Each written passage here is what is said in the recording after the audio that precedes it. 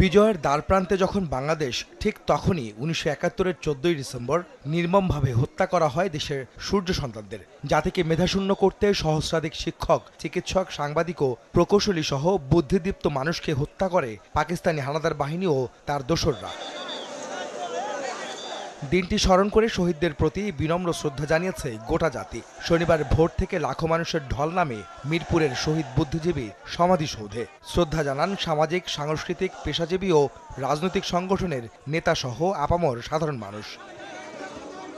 শ্রদ্ধা নিবেদন শেষে জাতীয় নাগরিক কমিটির নেতারা বলেন, ৭১ ও ২৪ আলাদা নয়, শহীদদের চেতনায় নতুন বাংলাদেশ গড়ার প্রত্যয় জানান তারা। নতুন মুক্তির পথে আমাদেরকে বাংলাদেশে এগিয়ে নিয়ে যেতে হবে।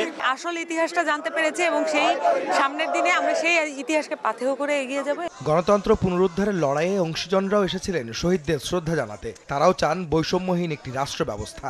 স্বৈরাচার পালিয়ে গেলেও তারা এখনও দেশবিরোধী ষড়যন্ত্রে লিপ্ত দাবি করে সবাইকে সতর্ক হওয়ারও পরামর্শ দেন বিভিন্ন রাজনৈতিক দল।